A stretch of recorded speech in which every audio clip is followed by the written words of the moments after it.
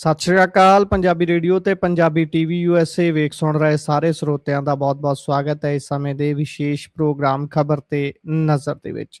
ਇਸ ਪ੍ਰੋਗਰਾਮ ਦੇ ਵਿੱਚ ਦੇਸ਼ ਵਿਦੇਸ਼ ਦੇ ਨਾਲ ਜੁੜੀਆਂ ਹੋਈਆਂ ਅਹਿਮ ਖਬਰਾਂ ਤੇ ਪਾਈਦਾ ਚਾਨਣਾ ਤੇ ਉਹਨਾਂ ਖਬਰਾਂ ਦਾ ਵਿਸ਼ਲੇਸ਼ਣ ਕਰਨ ਦੇ ਲਈ ਸਾਡੇ ਨਾਲ ਸਾਥ ਹੁੰਦਾ ਹੈ ਹਰ ਰੋਜ਼ ਦੀ ਤਰ੍ਹਾਂ ਸੀਨੀਅਰ ਪੱਤਰਕਾਰ ਮਿੰਟੂ ਗੁਰੂਸਰੀਆ ਜੀ ਦਾ। ਸਭ ਤੋਂ ਪਹਿਲਾਂ ਕਰਦੇ ਹਾਂ ਉਹਨਾਂ ਦਾ ਪ੍ਰੋਗਰਾਮ ਦੇ ਵਿੱਚ ਨਿੱਘਾ ਸਵਾਗਤ। ਬਹੁਤ-ਬਹੁਤ ਸਵਾਗਤ ਹੈ ਜੀ।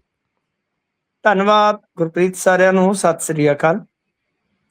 ਸਤਿ ਸ਼੍ਰੀ ਅਕਾਲ ਜੀ। ਅੱਜ ਦੇ ਪ੍ਰੋਗਰਾਮ ਦੇ ਸਾਡੇ ਸਪਾਂਸਰਸ ਨੇ ਖਾਲਸਾ ਇੰਸ਼ੋਰੈਂਸ। ਲੰਬੇ ਸਮੇਂ ਤੋਂ ਇੰਸ਼ੋਰੈਂਸ ਦੇ ਖੇਤਰ ਦੇ ਵਿੱਚ ਸੇਵਾਵਾਂ ਨਿਭਾ ਰਹੇ ਨੇ। ਤੁਸੀਂ ਵੀ ਸੰਪਰਕ ਕਰ ਸਕਦੇ ਹੋ। ਨੰਬਰ ਹੈ 408-272-2500।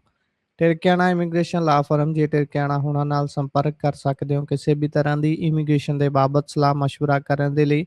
Krishna Dhanota, Yuba City, Baljinder Singh Nijjar, Woodland. GN lube ਵਾਲੇ ਟਰੱਕ ਵਾਸ਼ ਕਰਦੇ ਨੇ, ਆਇਲ ਚੇਂਜ ਕਰਦੇ ਨੇ, ਏਅਰ ਬ੍ਰੇਕਸ ਦਾ ਕੰਮ ਤਸੱਲੀ ਬਖਸ਼ ਕਰਦੇ ਨੇ। ਤੁਸੀਂ ਇਹਨਾਂ ਦੇ ਕੋਲੋਂ ਨਵੇਂ ਪੁਰਾਣੇ ਟਾਇਰ ਵੀ ਖਰੀਦ ਸਕਦੇ ਹੋ। ਲੋਕੇਸ਼ਨ ਸੈਂਟਾ ਨੇਲਾ ਦੀ ਹੈ। ਨਿੰਮਾ ਸਹੂਤਾ ਹੋਣਾ ਦਾ ਨੰਬਰ ਹੈ 209-277-0113। Jaswinder Singh Nagra, Roseville, Avtar Singh Sangha, Yuba City, Baldev Singh Kang, Yuba City. ਬਹੁਤ ਬਹੁਤ ਧੰਨਵਾਦ ਹੈ ਇਹਨਾਂ ਸਾਰੇ ਸਪਾਂਸਰਸ ਦਾ। ਰੁੱਖ ਹੁਣ ਖਬਰਾਂ ਦਾ ਕਰਦੇ ਹਾਂ। ਮਿੰਟੂ ਜੀ, ਖਬਰਾਂ ਦੇ ਵੱਲ ਆਈਏ ਤਾਂ ਸਭ ਤੋਂ ਪਹਿਲਾਂ ਗੱਲ ਸੁਖਪਾਲ ਖਹਿਰਾ ਹੋਣਾ ਦੀ। ਸੁਖਪਾਲ ਖਹਿਰਾ ਦਾ ਦਾਅਵਾ ਹੈ ਕਿ 3 ਕਰੋੜ ਚ ਆਈ ਰਿਪੋਰਟ। ਇਹ ਕੀ ਮਾਜਰਾ ਹੈ ਜੀ ਸਾਰਾ? ਉਹੀ ਮਾਜਰਾ ਹੈ ਗੁਰਪ੍ਰੀਤ, ਜਿਹਦੇ ਵਿੱਚ ਹਫਤਾ ਲੰਘ ਚੱਲਿਆ ਜੀ। ਬਈ ਦੇਖੋ, ਵੀਡੀਓ ਵਾਲਾ ਵਿਵਾਦ ਆਪਾਂ ਪਹਿਲਾਂ ਹੀ ਕਿਹਾ ਸੀਗਾ ਕਿ ਨਹੀਂ ਮੁੱਕਣਾ। ਇਹ ਤੇ ਪਾਣੀ ਚ ਮਧਾਣੀ ਤੇ ਰੇੜਕਾ, ਕਿਉਂਕਿ ਦੋਹਾਂ ਪਾਸਿਆਂ ਤੋਂ ਜੇ ਵੇਖੀਏ ਤੇ ਦਲੀਲਾਂ ਦੀ ਵਰਖਾ ਹੋ ਰਹੀ ਆ। ਅੱਜ ਸੁਖਪਾਲ ਸਿੰਘ ਖਹਿਰਾ ਹੋਰਾਂ ਨੇ ਦਾਅਵਾ ਕੀਤਾ ਹੈ ਕਿ 3 ਕਰੋੜ ਦੇ ਵਿੱਚ ਇਹ ਜਿਹੜੀ ਹੈ ਉਹ ਰਿਪੋਰਟ ਬਣਵਾਈ ਗਈ ਆ। ਜਿਹੜੀ ਕਿ ਆਮ ਆਦਮੀ ਪਾਰਟੀ ਵੱਲੋਂ ਜਨਤਕ ਕੀਤੀ ਗਈ।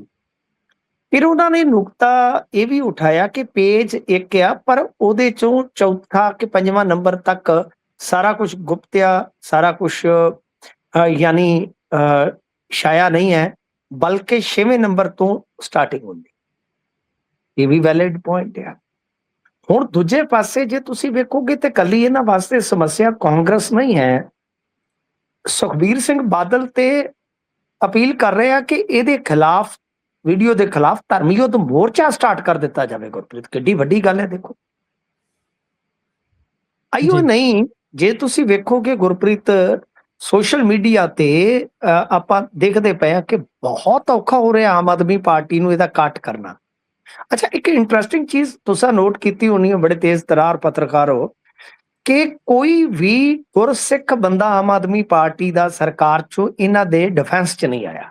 ਇੰਟਰਸਟਿੰਗ ਹੈ, ਬਿਲਕੁਲ ਇੰਟਰਸਟਿੰਗ ਹੈ। ਕਿਉਂਕਿ ਬਲਤੇਜ ਪੰਨੂ, ਸੀਮਾ ਸਾਹਿਬ, ਅਮਨ ਅਰੋੜਾ, ਚਲੋ ਮੈਂ ਹਿੰਦੂ ਸਿੱਖ ਚ ਨਹੀਂ ਜਾਵਾਂਗਾ, ਪਰ ਗੁਰਸਿੱਖ ਦੇ ਤੌਰ ਤੇ ਆਪਾਂ ਕਹੀਏ, ਕਿਉਂਕਿ ਇਹਨਾਂ ਦੀ ਸਰਕਾਰ ਚ ਦਰਜਨ ਦੇ ਕਰੀਬ ਗੁਰਸਿੱਖ ਨੇ। ਔਰ ਤੁਹਾਨੂੰ ਯਾਦ ਹੋਏਗਾ ਨਿੱਜਰ ਸਾਹਿਬ ਤੇ ਚੀਫ ਖਾਲਸਾ ਦੀਵਾਨ ਦੇ ਹੈਡ ਨੇ ਇਸ ਟਾਈਮ ਜੀ। ਸਪੀਕਰ ਸੰਧਵਾ ਸਾਹਿਬ ਵੀ ਗੁਰਸਿੱਖ ਨੇ, ਯਾਦ ਰਹੇ। ਤਾਂ ਮਤਲਬ ਕਿ ਕੋਈ ਵੀ ਗੁਰਸਿੱਖ ਇਹਨਾਂ ਦੀ ਹਮਾਇਤ ਤੇ ਨਹੀਂ ਆਇਆ। ਇਹ ਬੜਾ ਵੈਲਿਡ ਤੇ ਬੜਾ ਵਜ਼ਨਦਾਰ ਪੁਆਇੰਟ ਬਣ ਜਾਂਦਾ ਜੇ ਆਪਾਂ ਇਸ ਬਿਹਾਰ ਤੇ ਗੱਲ ਕਰੀਏ। ਹੁਣ ਅੱਗੇ ਆ ਜਾਈਏ।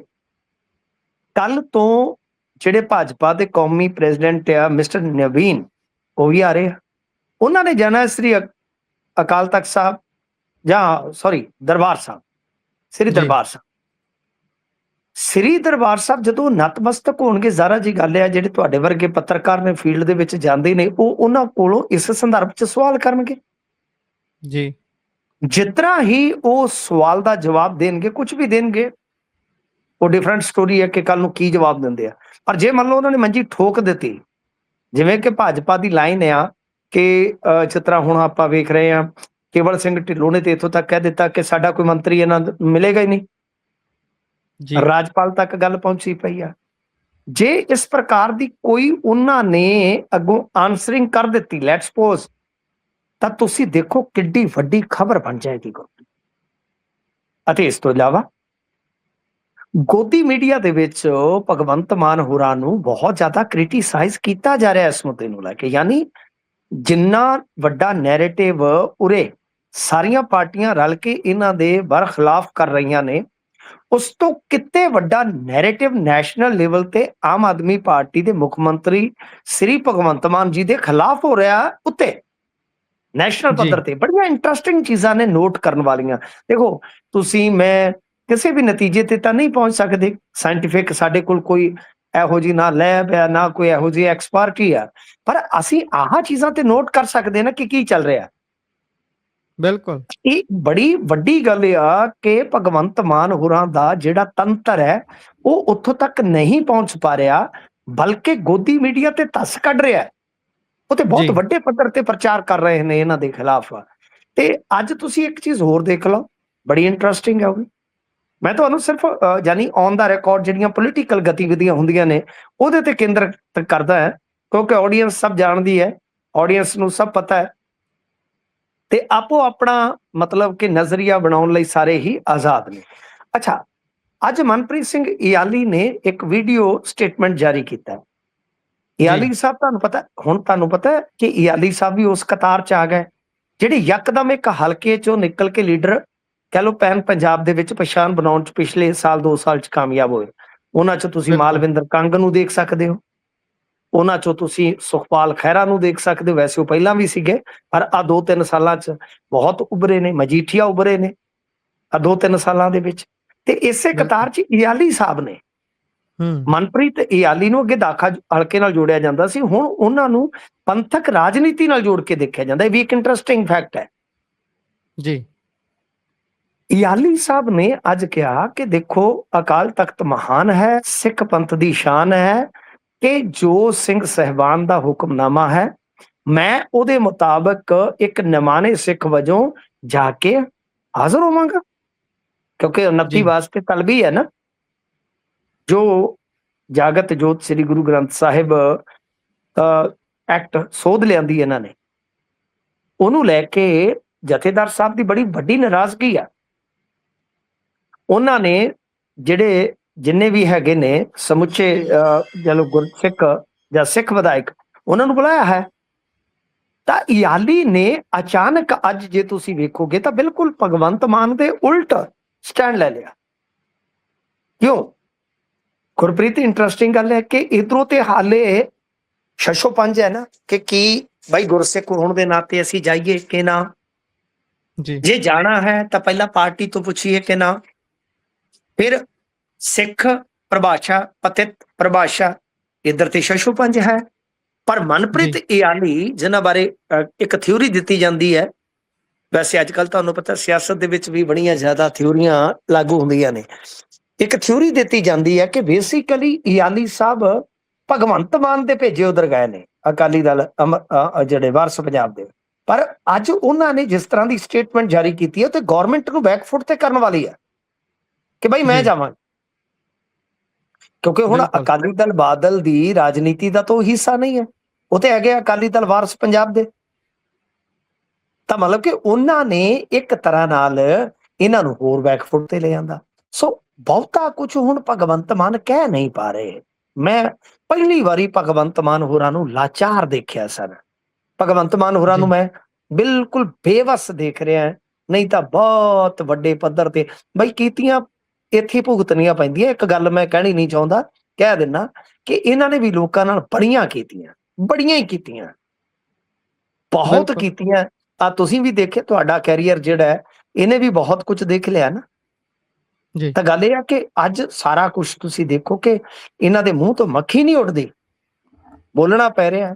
ਤੇ ਤੁਸੀਂ ਵੇਖਿਆ ਹੋਣਾ ਕੇਜਰੀਵਾਲ ਤੋਂ ਲੈ ਕੇ ਦਿੱਲੀ ਦੀ ਵੀ ਟੀਮ ਕੋਈ ਜ਼ਿਆਦਾ ਬੈਕ ਨਹੀਂ ਕਰ ਰਹੀ ਸਾਹਮਣੇ ਫਰੰਟ ਤੋਂ, ਆਪਦੀ ਲੜਾਈ ਇਹਨਾਂ ਨੂੰ ਆਪ ਲੜਨੀ ਪੈ ਰਹੀ ਆ। ਬਲਤੇਜ ਪੰਨੂ ਇੱਕ ਹੈਗੇ ਆ, ਉਹ ਆ ਜਾਂਦੇ ਆ, ਤੁਹਾਨੂੰ ਪਤਾ ਹੀ ਆ, ਉਹਨਾਂ ਨੇ ਪ੍ਰੈਸ ਕਾਨਫਰੰਸ ਕਰਨੀ ਹੁੰਦੀ ਆ, ਸਟੇਟਮੈਂਟਾਂ ਜਾਰੀ ਕਰਨੀਆਂ ਹੁੰਦੀਆਂ, ਪਰ ਬਹੁਤਾ ਕੁਝ ਹੁਣ ਕਹਿਣ ਲਈ ਬਚਿਆ ਨਹੀਂ। ਇੱਕ ਸਵਾਲ ਜਿਹੜਾ ਹੁਣ ਸਾਰੇ ਹੀ ਕਰਨ ਲੱਗ ਪਏ, ਜਿਹੜਾ ਕਿ ਆਪਾਂ ਕੀਤਾ ਸੀ ਸਭ ਤੋਂ ਪਹਿਲਾਂ, ਕਿ ਤੁਹਾਡੇ ਕੋਲ ਵੀਡੀਓ ਤਕਰੀਬਨ 8-10 ਮਹੀਨੇ ਪਹਿਲਾਂ ਦੀ ਆ ਜੀ, ਬਈ ਤੁਸੀਂ ਉਹ ਤੋਂ ਜਾਂਚ ਕਿਉਂ ਨਹੀਂ ਕਰਵਾਈ? ਵੱਡਾ ਸਵਾਲ ਹੈ। ਹੁਣ ਸੁਖਬੀਰ ਸਿੰਘ ਬਾਦਲ ਨੇ ਤੇ ਇੱਥੋਂ ਤੱਕ ਇੱਕ ਆਫੀਸਰ ਦਾ ਨਾਮ ਲੈ ਦਿੱਤਾ, ਤੁਹਾਨੂੰ ਯਾਦ ਹੋਣਾ ਜੀ, ਬਿਲਕੁਲ। ਹਾਲਾਂਕਿ ਅਸੀਂ ਜਦੋਂ ਆਪਦੀ ਘੋਖ ਪੜਤਾਲ ਕੀਤੀ ਹੈ, ਸੁਖਬੀਰ ਸਿੰਘ ਬਾਦਲ ਦੀ ਬਿਲਕੁਲ ਉਸ ਆਫੀਸਰ ਦੇ ਨਾਲ ਗੱਲ ਹੋਈ ਆ, ਪਰ ਉਸ ਆਫੀਸਰ ਨੇ ਕਿਸੇ ਹੋਰ ਕੇਸ ਦਾ ਹਵਾਲਾ ਦਿੱਤਾ ਹੈ ਕਿ ਮੈਂ ਤਾਂ ਉਸ ਕੇਸ ਦੇ ਵਿੱਚ ਆਇਆ। ਜੀ, ਇਹਨਾਂ ਨੇ ਉਸ ਗੱਲ ਨੂੰ ਚੱਕ ਲਿਆ। ਇਸ ਗੱਲ ਨੂੰ ਚੁੱਕ ਲਿਆ। ਮਤਲਬ ਉਹ ਆਫੀਸਰ ਕਿਸੇ ਹੋਰ ਜਿੰਨੀ ਕੋ ਮੇਰੀ ਘੋਖ ਪੜਤਾਲ ਆ ਕਿ ਉਹ ਕੋਈ ਲੁਧਿਆਣੇ ਦਾ ਹੀ ਕਹਿ ਲਓ ਕਿ ਇੱਕ ਸਾਈਬਰ ਕੇਸ ਸੀਗਾ, ਉਹਦੇ ਸੰਬੰਧਿਤ ਕੁਝ ਮਾਮਲਾ ਬਣ ਗਿਆ ਉਹਨਾਂ ਦਾ ਗਾਂ, ਉੱਥੇ ਗਏ ਸਨ। ਤਾਂ ਸੁਖਬੀਰ ਸਿੰਘ ਬਾਦਲ ਨੇ ਵੀ ਐਤਕੀ ਬਹੁਤ ਤੇਜ਼ੀ ਨਾਲ ਨੈਰੇਟਿਵ ਬੁਣਿਆ ਜੀ, ਇਹ ਵੀ ਇੱਕ ਇੰਟਰਸਟਿੰਗ ਫੈਕਟ ਆ। ਤਾਂ ਖੈਰ ਜੇ ਆਪਾਂ ਵੇਖੀਏ ਬੁਰੀ ਤਰ੍ਹਾਂ ਘਿਰੇ ਨੇ, ਇੱਕ ਵੀਡੀਓ ਨੇ ਐਸਾ ਫਸਾਇਆ ਭਗਵੰਤ ਮਾਨ ਹੋਰਾਂ ਨੂੰ ਕਿ ਗੇਰ ਨਿਕਲੇ ਪਏ ਆ।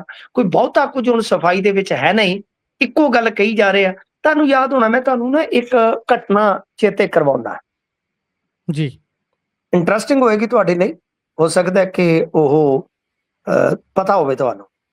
ਯਾਦ ਹੈ ਇੱਕ ਵਾਰੀ ਵਿਕਰਮ ਮਜੀਠੀਆ ਦੀ ਇੱਕ ਵੀਡੀਓ ਵਾਇਰਲ ਹੋ ਗਈ ਸੀ ਕਿ ਇਹ ਦਾੜੀ 'ਚ ਛੱਲੇ ਪਵਾ ਰਹੇ ਨੇ, ਯਾਦ? ਜੀ ਬਿਲਕੁਲ।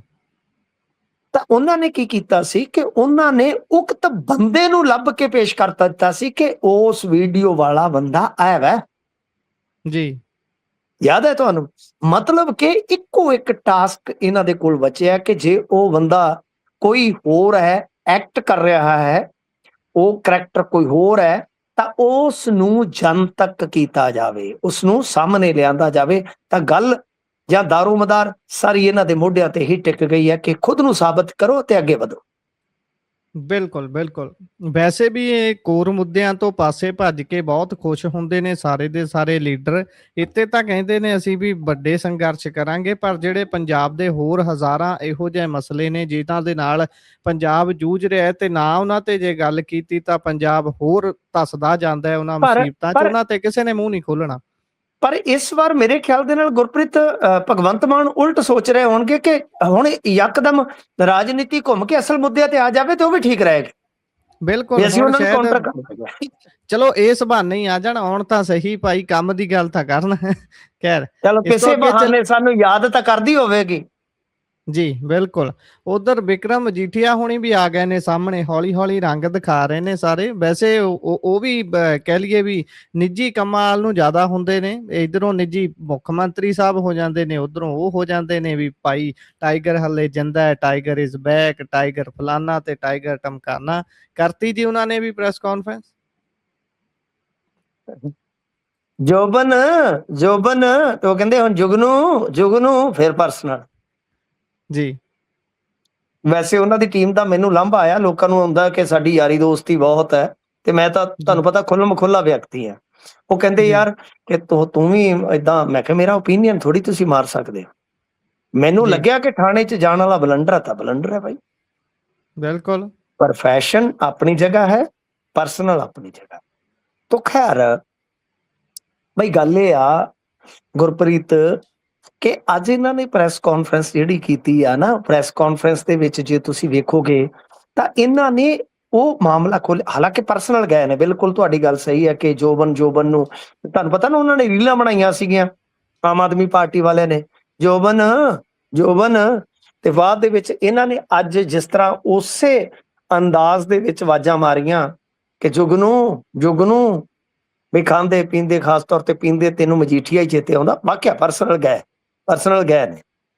ਪਰ ਇਹਨਾਂ ਨੇ ਅੱਜ ਇੱਕ ਗੱਲ ਖੋਲ ਕੇ ਦੱਸੀ ਆ ਕਿ ਜਿਹੜਾ ਜੋਬਨ ਫੜਿਆ ਗਿਆ ਸੀਗਾ ਜੀ, ਤੇ ਉਹਦੀ ਫੋਟੋ ਜਿਹੜੀ ਵਾਇਰਲ ਕੀਤੀ ਗਈ ਸੀ, ਉਹ ਫੋਟੋ ਵਾਇਰਲ ਡੀਐਸਪੀ ਨੇ ਕੀਤੀ ਸੀ। ਫਸਟ ਸੈਕਿੰਡ ਕਿ ਜੋਬਨ ਨੂੰ ਪਹਿਲਾਂ ਵੀ ਇੱਕ 307 ਦੇ ਕੇਸ ਦੇ ਵਿੱਚ ਚੁੱਕਿਆ ਗਿਆ, ਫਸਾਇਆ ਗਿਆ। ਉਦੋਂ ਤੋਂ ਪਹਿਲਾਂ ਉਹਨੂੰ ਐਸਐਚਓ ਨਾਮ ਲਿਆ ਉਹਨਾਂ ਨੇ, ਮੈਨੂੰ ਨਾਮ ਵਿਸਰ ਗਿਆ, ਕਿ ਚੁੱਕ ਕੇ ਉਹਨੇ ਕਿਹਾ ਕਿ ਜਾਂ ਤਾਂ ਆਮ ਆਦਮੀ ਪਾਰਟੀ ਜੁਆਇਨ ਕਰ ਲਾ ਤੇ ਜਾਂ ਤੈਨੂੰ 307 ਦੇ ਕੇਸ 'ਚ ਅਸੀਂ ਪਾਵਾਂਗੇ। ਉਹ ਕਹਿੰਦੇ ਕਿ ਬਕਾਇਦਾ ਤਲਵੀਰ ਸਿੰਘ ਨਾਲ ਗੱਲ ਕਰਵਾਈ ਗਈ। ਇੰਟਰਸਟਿੰਗ ਹੈ, ਉਹਨਾਂ ਨੇ ਜਦੋਂ ਸਾਫ਼ ਕਹਿ ਦਿੱਤਾ ਜੋਬਨ ਸਿੰਘ ਹੋਰਾਂ ਨੇ ਕਿ ਮੈਂ ਆਪਦੀ ਪਾਰਟੀ ਨਹੀਂ ਛੱਡਾਂਗਾ, ਤਾਂ ਫਿਰ ਉਹਨਾਂ ਨੂੰ 307 ਦੇ ਕੇਸ ਦੇ ਵਿੱਚ ਕਹਿੰਦੇ ਕਿ ਨੋਮੀਨੇਟ ਕੀਤਾ ਗਿਆ ਉਸ ਨੌਜਵਾਨ ਜੀ, ਤੇ ਬਾਅਦ ਦੇ ਵਿੱਚ ਅਦਾਲਤ ਨੇ ਬਾਇਜ਼ਤ ਬਰੀ ਕਰ ਦਿੱਤਾ 2-2.5 ਮਹੀਨਿਆਂ ਬਾਅਦ, ਕਿ ਸ਼ਾਇਦ 5 ਮਹੀਨਿਆਂ। ਮਤਲਬ ਕਿ ਇਹ ਉਹਨਾਂ ਨੇ ਪੱਖ ਰੱਖਿਆ। ਤੇ ਦੂਜੀਆਂ ਚੀਜ਼ਾਂ ਜਿਹੜੀਆਂ ਹੋਰ ਉਹਨਾਂ ਨੇ ਕਹੀਆਂ ਕਿ ਬਈ ਆਹ ਦੇਖੋ ਜੀ ਫਲਾਣਾ ਅਫਸਰ ਇਹਨਾਂ ਬੰਨਿਓ ਖੇਡ ਰਿਹਾ, ਫਲਾਣਾ ਟਮਕਾਣਾ, ਸਾਨੂੰ ਉਹਨਾਂ ਦੇ ਵਿੱਚ ਕੋਈ ਬਹੁਤਾ ਇੰਟਰਸਟ ਨਹੀਂ ਹੈ। ਬਸ ਸਿਰਫ ਤੇ ਸਿਰਫ ਇਹ ਆ ਕਿ ਉਹਨਾਂ ਨੇ ਇਹ ਨਵੀਂ ਗੱਲ ਦੱਸੀ ਆ ਕਿ ਜੋਬਨ ਜਿਹੜਾ ਹੈ ਉਹਨੂੰ ਪਹਿਲਾਂ ਵੀ ਇਹਨਾਂ ਨੇ ਬਹੁਤ ਜ਼ਿਆਦਾ ਹਰਾਸ ਕੀਤਾ ਹੈ। ਦੂਜੀ ਗੱਲ, ਉਹਨਾਂ ਨੇ ਕਿਹਾ ਕਿ ਜਿਸ ਚੈਨੀ ਚੋਰੀ ਦੇ ਮਾਮਲੇ ਦੇ ਵਿੱਚ ਇਹਨਾਂ ਨੇ ਨੋਮੀਨੇਟ ਕੀਤੇ ਸਨ ਬੰਦੇ, ਤੇ ਸਾਡਾ ਸਿਰ ਪਾਟੇ ਵਾਲੇ ਦਾ ਤਾਂ ਛੱਡਤਾ ਪਰਚਾ, ਤੇ ਜਿਹੜੇ ਚੈਨੀ ਚੋਰੀ ਦੇ ਮਾਮਲੇ 'ਚ ਨੋਮੀਨੇਟ ਕੀਤੇ ਉਸ ਬੰਦੇ ਦੀਆਂ 4 ਕੇ 5 ਪਾਰਟੀਆਂ ਬਦਲੀਆਂ ਹੋਈਆਂ ਦੀਆਂ ਤਸਵੀਰਾਂ ਤੇ ਵੀਡੀਓ ਵਿਖਾਈਆਂ ਇਹਨਾਂ ਨੇ, ਜੀ ਤੇ ਉਹਨਾਂ ਕਿਹਾ ਕਿ ਦੱਸੋ ਇਹਦੇ 'ਚ ਚੈਨੀ ਕਿੱਥੇ ਆ। ਮਤਲਬ ਕਿ ਆ ਜੋ ਕੇਸ ਸੀਗਾ ਜਿਹਦੇ ਕਰਕੇ ਰਫੜ ਪਿਆ, ਉਹਦੇ ਬਾਰੇ ਮਜੀਠੀਆ ਨੇ ਸਫਾਈ ਦਿੱਤੀ ਹੈ। ਦੇਖੋ, ਸਫਾਈ ਦੇਣਾ ਆਪਣਾ ਹੱਕ ਆ, ਪਰ ਇਸ ਪ੍ਰੈਸ ਕਾਨਫਰੰਸ ਦੇ ਵਿੱਚ ਇੱਕ ਗੱਲ ਤੁਸੀਂ ਨੋਟ ਕੀਤੀ ਹੈ, ਜੀ ਬੜੀ ਇੰਟਰਸਟਿੰਗ ਹੈ ਗੁਰਪ੍ਰੀਤ, ਸਾਰੇ ਮਿਸ ਕਰ ਗਏ ਤੁਸੀਂ। ਹੁਣ ਕਿਹਾ, ਕਹਿੰਦੇ ਕਿ ਦੇਖੋ ਮਾਨ ਸਾਹਿਬ, ਤੁਸੀਂ ਵੀ ਕਦੇ ਚੇਸ਼ਟਾ ਕਰਦੇ ਸੀ, ਤੁਸੀਂ ਮੁੱਖ ਮੰਤਰੀ ਬਣ ਗਏ, ਹੁਣ ਮੇਰਾ ਵੀ ਕਰਦਾ, ਮੈਂ ਵੀ ਸੋਚਦਾ, ਤੇ ਜਦੋਂ ਕਿਤੇ ਹੋ ਗਿਆ ਕੰਮ ਫੇਰ ਦੱਸੂਗਾ ਤੈਨੂੰ। ਮਤਲਬ ਮਜੀਠੀਆ ਨੇ ਅੱਜ ਪਤਾ ਨਹੀਂ ਕਿਵੇਂ ਆਪਣੇ ਅੰਦਰ ਦੀ ਜੋ ਵਿਜ਼ੂਲਾਈਜੇਸ਼ਨ ਹੈ, ਵਿਜ਼ੂਲਾਈਜੇਸ਼ਨ ਹੁੰਦੀ ਹੈ ਨਾ ਇੱਕ, ਜੀ ਜੀ ਉਹਨੂੰ ਪ੍ਰਗਟਾ ਦਿੱਤਾ ਕਿ ਮੁੱਖ ਮੰਤਰੀ ਬਣਨ ਦਾ ਸੁਪਨਾ ਉਹਨਾਂ ਦੇ ਅੰਦਰ ਪਲ ਰਿਹਾ ਹੈ। ਇਹ ਪਤਾ ਨਹੀਂ ਸੁਖਬੀਰ ਸਿੰਘ ਬਾਦਲ ਨੇ ਗੱਲ ਨੋਟ ਕੀਤੀ ਹੈ ਕਿ ਨਹੀਂ ਕੀਤੀ।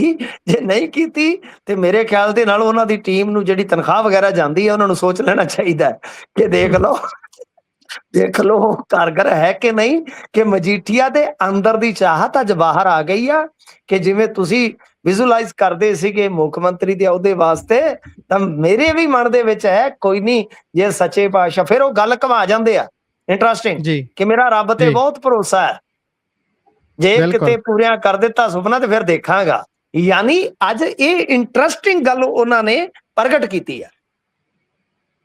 ਬਿਲਕੁਲ ਬਿਲਕੁਲ। ਇਸ ਤੋਂ ਅੱਗੇ ਚੱਲੀਏ ਤਾਂ ਉਧਰ ਮਲਹੋਤਰਾ ਦੇ ਫੂਕੇ ਗਏ ਨੇ ਪੁਤਲੇ ਜੀ। ਦੇਖੋ, ਮਲਹੋਤਰਾ ਭਾਜਪਾ ਇਕਾਈ ਜਿਹੜੀ ਚੰਡੀਗੜ੍ਹ ਵਾਲੀ ਹੈ, ਯੂਟੀ ਵਾਲੀ ਆ, ਉਹਦੇ ਹੈਡ ਆ। ਇਹਨਾਂ ਨੇ ਆਖਿਆ ਸੀਗਾ ਕਿ ਪੰਜਾਬੀ ਇਮੋਸ਼ਨਲੀ ਬਲੱਡੀ ਫੂਲ ਹੁੰਦੇ। ਹੁਣ ਦੇਖੋ, ਮੈਨੂੰ ਇਹਨਾਂ ਬਹੁਤੇ ਸ਼ਬਦਾਂ ਦੇ ਅਰਥ ਤੇ ਨਹੀਂ ਪਤਾ, ਪਰ ਇਹ ਤੇ ਪਤਾ ਹੈ ਨਾ ਕਿ ਫੂਲ ਬੇਵਕੂਫ, ਇਮੋਸ਼ਨਲ ਭਾਵੁਕ, ਬਲੱਡੀ ਇੱਕ ਸ਼ਬਦ ਜਿਹੜਾ ਨਕਾਰਾਤਮਕ ਹੁੰਦਾ, ਮੈਨੂੰ ਇੰਨਾ ਕੁ ਪਤਾ ਜੀ। ਯਾਨੀ ਇਸ ਸਾਰੇ ਸੈਂਟੈਂਸ ਦੀ ਲਾ ਲਓ, ਵਾਕ ਦੀ ਲਾ ਲਓ, ਜੋ ਪਰਿਭਾਸ਼ਾ ਬਣਦੀ ਉਹ ਨਕਾਰਾਤਮਕ ਹੀ ਬਣਦੀ ਹੈ ਨਾ। ਮੈਨੂੰ ਕਰੈਕਟ ਕਰ ਦਿਓ ਜੇ ਮੈਂ ਗਲਤ ਹੈ ਜੀ। ਇਹਦੇ ਤੇ ਬਹੁਤ ਵੱਡਾ ਵਿਵਾਦ ਹੋ ਗਿਆ। ਰਾਜਾ ਵੜਿੰਗ ਨੇ ਉਹਨਾਂ ਦੀ ਵੀਡੀਓ ਪੋਸਟ ਕਰ ਦਿੱਤੀ। ਉਸ ਤੋਂ ਬਾਅਦ ਲੋਕਾਂ ਨੇ ਨਿਸ਼ਾਨੇ ਤੇ ਲੈ ਲਿਆ ਈਵਨ ਦੈਟ ਕਿ ਤਨਾਸ ਤੋਂ ਇੱਕ ਨਾ ਸੰਧੂ ਸਾਹਿਬ ਭਾਜਪਾ ਦੇ ਕਾਉਂਸਲਰ ਆ, ਮੈਂ ਉਹਨਾਂ ਨੂੰ ਜਾਣਦਾ, ਬੜੇ ਅੱਛੇ ਇਨਸਾਨ ਨੇ, ਭਾਜਪਾ ਦੇ। ਉਹ ਤਾਂ ਖੁੱਲ ਕੇ ਵਿਰੋਧ ਚ ਆ ਗਏ, ਬੜੇ ਗੁੱਸੇ ਚ। ਉਹਨਾਂ ਆਖਿਆ ਸ਼ਰਮ ਕਰੋ, ਜਾਂ ਤਾਂ ਮਾਫੀ ਮੰਗੋ, ਅਦਰਵਾਈਜ਼ ਮੈਂ ਪ੍ਰਧਾਨ ਮੰਤਰੀ ਤੱਕ ਨੂੰ ਖਤ ਲਿਖੂੰਗਾ ਜੀ। ਫੇਰ ਮਲਹੋਤਰਾ ਨੂੰ ਸਾਹਮਣੇ ਆਉਣਾ ਪਿਆ, ਸਪਸ਼ਟੀਕਰਨ ਦੇਣਾ ਪਿਆ ਕਿ ਜੀ ਮੇਰੇ ਸੰਦਰਭ ਨੂੰ ਅੱਧ ਅਧੂਰਾ ਗੁੰਮਰਾਹਕੁਨ ਤਰੀਕੇ ਨਾਲ ਪੇਸ਼ ਕੀਤਾ ਗਿਆ, ਇਹ ਹੈ, ਉਹ ਹੈ, ਫਲਾਹ ਹੈ, ਟਮਕਾ ਹੈ। ਪਰ ਉਦੋਂ ਤੱਕ ਚਿੜੀਆਂ ਖੇਤ ਚੁੱਕ ਜਾਂਦੀਆਂ। ਹੁਣ ਇੱਕ ਪਾਸੇ ਤੇ ਭਾਜਪਾ ਇੱਧਰ ਖੀਰ ਪਕਾਉਣ ਨੂੰ ਫਿਰਦੀ ਹੈ, ਦੂਜੇ ਪਾਸੇ ਖੀਰ ਚ ਸੇਵੀਆਂ ਚ ਕਹਿ ਲਓ ਲੂਣ ਪਾਉਣ ਨੂੰ ਫਿਰਦੇ, ਜਾਂ ਸਵਾਹ ਘੱਤਣ ਨੂੰ ਫਿਰਦੇ ਆ। ਇਸ ਵਾਸਤੇ ਬਹੁਤ ਜਲਦੀ ਇਹਨੂੰ ਸਪਸ਼ਟੀਕਰਨ ਦੇਣਾ ਪਿਆ।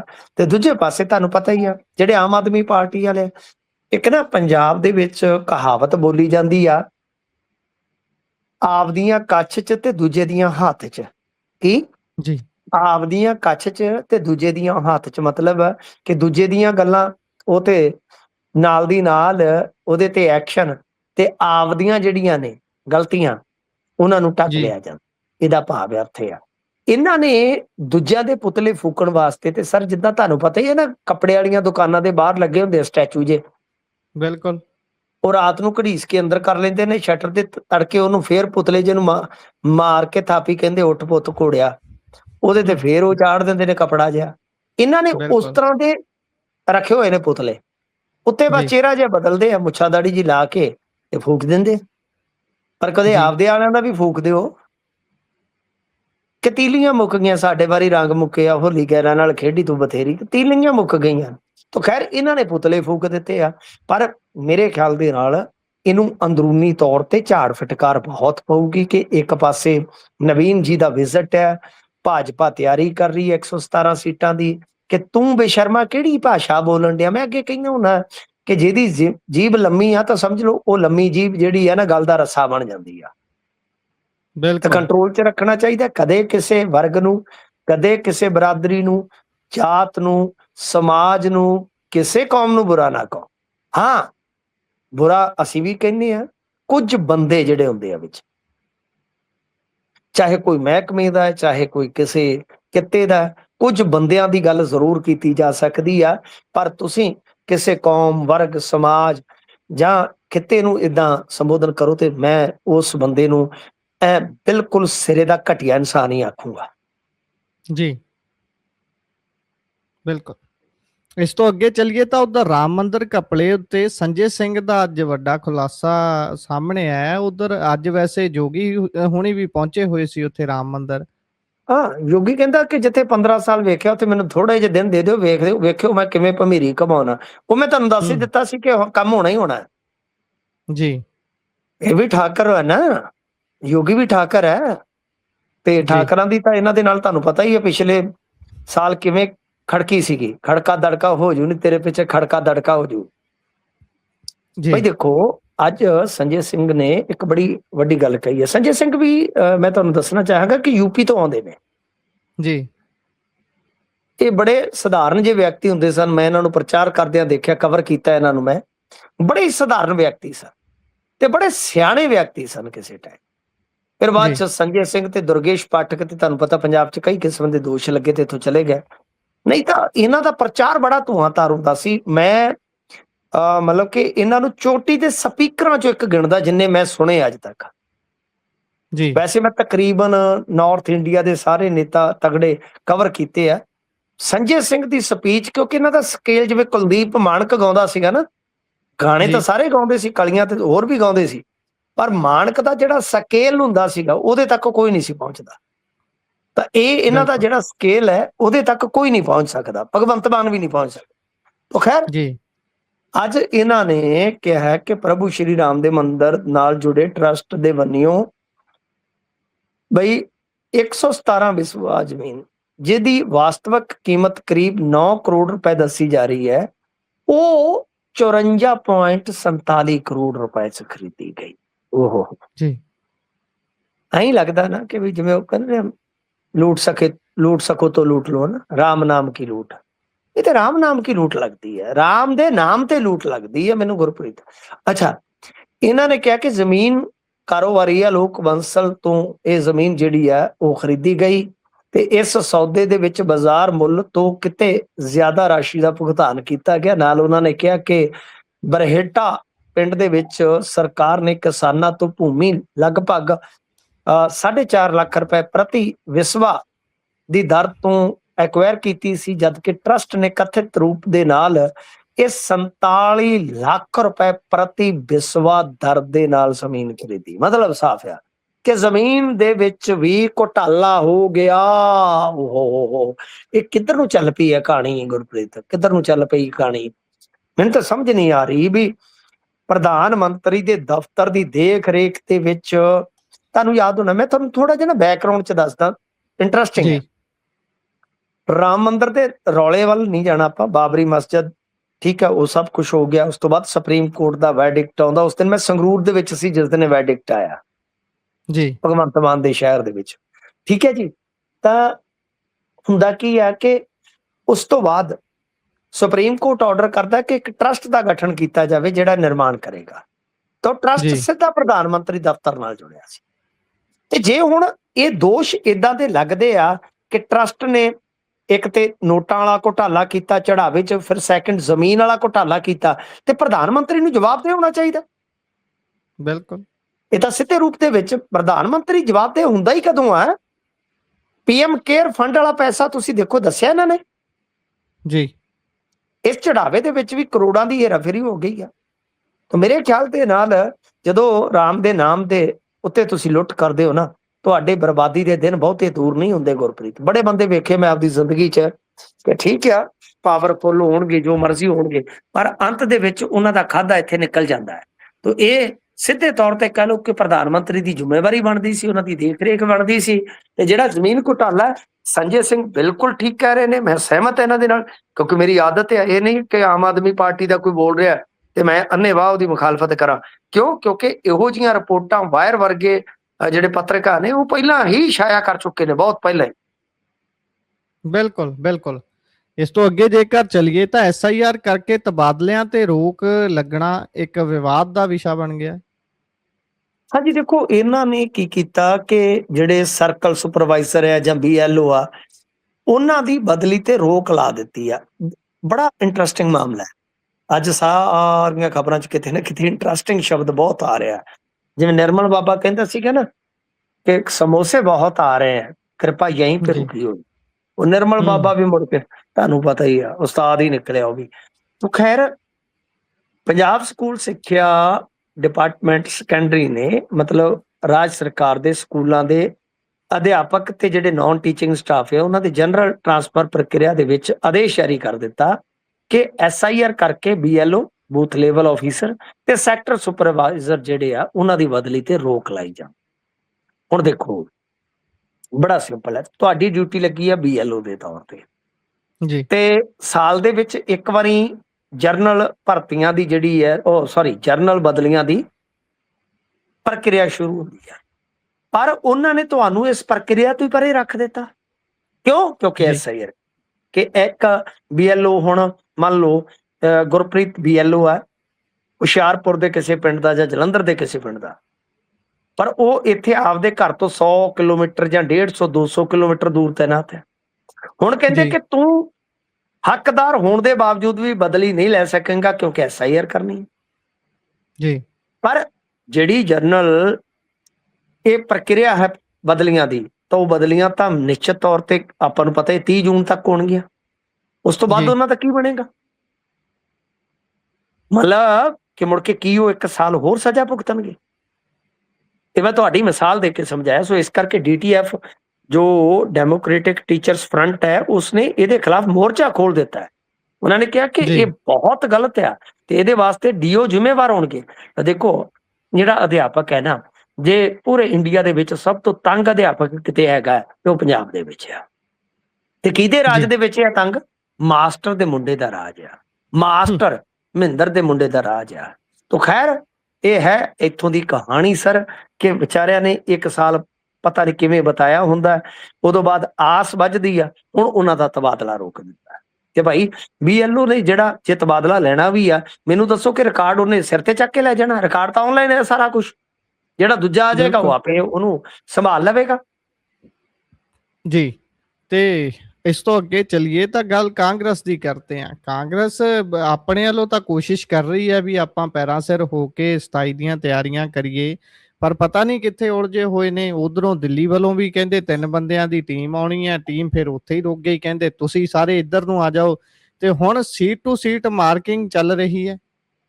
ਦੇਖੋ, ਸੀਟ ਟੂ ਸੀਟ ਮਾਰਕਿੰਗ ਤੇ ਮਾਮਲਾ ਤੇ ਇਹਨਾਂ ਦਾ ਚੱਲ ਰਿਹਾ ਹੈ। ਸੀਟ ਟੂ ਸੀਟ ਮਾਰਕਿੰਗ ਦਾ ਪਤਾ ਕੀ ਮਤਲਬ ਹੈ ਗੁਰਪ੍ਰੀਤ? ਕਿ ਜਿੱਦਾਂ ਦੇਖੋ ਵੀ ਜਿੱਥੋਂ ਜਿੱਤੇ ਆ ਉਹ ਹੋ ਗਿਆ, ਫਿਰ ਜਿੱਥੇ ਕਮਜ਼ੋਰ ਆ ਉਹ ਹੋ ਗਿਆ, ਜਿੱਥੇ ਤੁਹਾਡੇ ਆਪਣੇ ਕਹਿ ਲਓ ਕਿ ਹਲਕਾ ਇੰਚਾਰਜ ਵਗੈਰਾ ਜਿਹੜੇ ਆ ਉਹ ਐਕਟਿਵ ਨਹੀਂ ਉਹ ਹੋ ਗਏ, ਜਿੱਥੇ ਸੈਕਿੰਡ ਆਏ ਉਹ ਹੈਗੇ। ਇਹਨੂੰ ਸੀਟ ਟੂ ਸੀਟ ਮਾਰਕਿੰਗ ਕਹਿੰਦੇ ਆ ਕਿ ਉਹਦੇ ਹਿਸਾਬ ਨਾਲ ਤੁਸੀਂ ਰਣਨੀਤੀ ਤਿਆਰ ਕਰ ਲਓ। ਤੇ ਉਸ ਤੋਂ ਬਾਅਦ ਹੁਣ ਇਹਨਾਂ ਨੇ ਜਿਹੜੀ ਫੀਡਬੈਕ ਲਈ ਉਹਦਾ ਜਿਹੜਾ ਫਰੇਮਵਰਕ ਆ ਪੂਰਾ ਹੈ, ਰੋਡ ਮੈਪ ਤਿਆਰ ਆ, ਤੇ ਉਸ ਤੋਂ ਬਾਅਦ ਇਹ ਖੜਗੇ ਸਾਹਿਬ ਕੋਲ ਚਲੇ ਜਾਣੀ ਆ, ਰਾਹੁਲ ਸਾਹਿਬ ਕੋਲ ਚਲੇ ਜਾਣੀ। ਉਸ ਤੋਂ ਬਾਅਦ 1 ਹਫ਼ਤੇ ਦੇ ਅੰਦਰ ਅੰਦਰ ਮੈਕਸਿਮਮ ਮੈਨੂੰ ਲੱਗਦਾ ਕਿ ਫੈਸਲਾ ਲੈ ਲੈਣਗੇ। ਪਰ ਫੈਸਲਾ ਲੈਣ ਦੇ ਵਿੱਚ ਇੱਕ ਅੜਚਨ ਹੈ, ਬ੍ਰੇਕਿੰਗ ਹੈ ਤੁਹਾਡੇ ਵਾਸਤੇ, ਕਿ ਟਸਲ ਪੈ ਗਈ ਆ। ਰਾਜਾ ਵੜਿੰਗ ਹਟਣ ਵਾਸਤੇ ਤਿਆਰ ਨੇ, ਜੋ ਮੇਰੇ ਕੋਲ ਜਾਣਕਾਰੀ ਆ, ਔਰ ਬੜੇ ਉੱਚ ਪੱਧਰੀ ਸੂਤਰ ਹੁੰਦੇ ਆਪਣੇ, ਮੈਂ ਕਦੇ ਉਹ ਨਹੀਂ ਕਿਹਾ। ਤਾਂ ਮੇਰੇ ਸੂਤਰ ਨੇ, ਤੁਹਾਡੇ ਨਾਲ ਮੈਂ ਲੇਟ ਇਸੇ ਕਰਕੇ ਜੁੜਿਆ, ਮੇਰੀ ਗੱਲ ਚੱਲ ਰਹੀ ਸੀਗੀ, ਅੱਜ ਤੁਹਾਨੂੰ ਵੇਟ ਵੀ ਕਰਨਾ ਪਿਆ ਹੋਵੇਗਾ 5-7 ਮਿੰਟ, ਤੁਹਾਨੂੰ ਯਾਦ ਹੋਣਾ ਮੇਰੀ ਕਾਲ ਨਹੀਂ ਲੱਗੀ ਜੀ। ਤਾਂ ਉਸ ਵੇਲੇ ਮੈਂ ਗੱਲ ਹੀ ਕਰ ਰਿਹਾ ਸੀਗਾ, ਤਾਂ ਉਹ ਸੂਤਰ ਦੱਸ ਰਿਹਾ, ਮੇਰਾ ਸੋਰਸ ਦੱਸ ਰਿਹਾ ਕਿ ਅਸਲ ਦੇ ਵਿੱਚ ਰਾਜਾ ਵੜਿੰਗ ਨੂੰ ਕੋਈ ਪ੍ਰੋਬਲਮ ਨਹੀਂ ਹੈ। ਰਾਜਾ ਵੜਿੰਗ ਬਾਰੇ ਮੈਂ ਤੁਹਾਨੂੰ ਦੱਸ ਦਿਆਂ ਕਿ ਉਹ ਤਿਆਰ ਨੇ, ਲੋਕਲ ਪੋਲਿਟਿਕਸ ਵੀ ਜਾਂ ਕੌਮੀ ਪੋਲਿਟਿਕਸ 'ਚ ਵੀ ਜਾਣਗੇ, ਤਾਂ ਉਹਨਾਂ ਨੂੰ ਕੋਈ ਦਿੱਕਤ ਨਹੀਂ ਹੈਗੀ। ਦਿੱਕਤ ਆ ਗਈ ਹੈ 2 ਬੰਦਿਆਂ ਤੇ, ਸਨੀ ਸਾਹਿਬ ਵਰਸਜ ਰੰਧਾਵਾ ਸਾਹਿਬ। ਇਹ ਦੋ ਬੰਦੇ ਜਿਹੜੇ ਆ ਉਹ ਆਪਸ ਦੇ ਵਿੱਚ ਕਹਿ ਲਓ ਇਸ ਵੇਲੇ ਮੁਕਾਬਲੇਬਾਜ਼ ਬਣ ਗਏ। ਉਹ ਕਹਿੰਦੇ ਕਿ ਮੈਂ ਹੱਕਦਾਰ ਆ ਵੀ ਮੈਨੂੰ ਨੰਬਰਦਾਰੀ ਮਿਲਣੀ ਚਾਹੀਦੀ, ਉਹ ਕਹਿੰਦੇ ਮੈਨੂੰ ਨੰਬਰਦਾਰੀ। ਇੱਥੇ ਆ ਕੇ ਇੱਕ ਬੜੀ ਵੱਡੀ ਅੜਚਣ ਤੇ ਦੁਬਿਧਾ ਹਾਈ ਕਮਾਂਡ ਦੇ ਸਾਹਮਣੇ ਹੈ ਜੀ। ਇਸੇ ਦੇ ਨਾਲ ਪ੍ਰੋਗਰਾਮ ਦਾ ਸਮਾਂ ਇੱਥੇ ਹੀ ਸਮਾਪਤ ਹੁੰਦਾ ਹੈ। ਤੁਸੀਂ ਜੁੜੇ ਜਾਣਕਾਰੀਆਂ ਸਾਂਝੀਆਂ ਕੀਤੀਆਂ, ਬਹੁਤ ਬਹੁਤ ਧੰਨਵਾਦ ਜੀ। ਧੰਨਵਾਦ।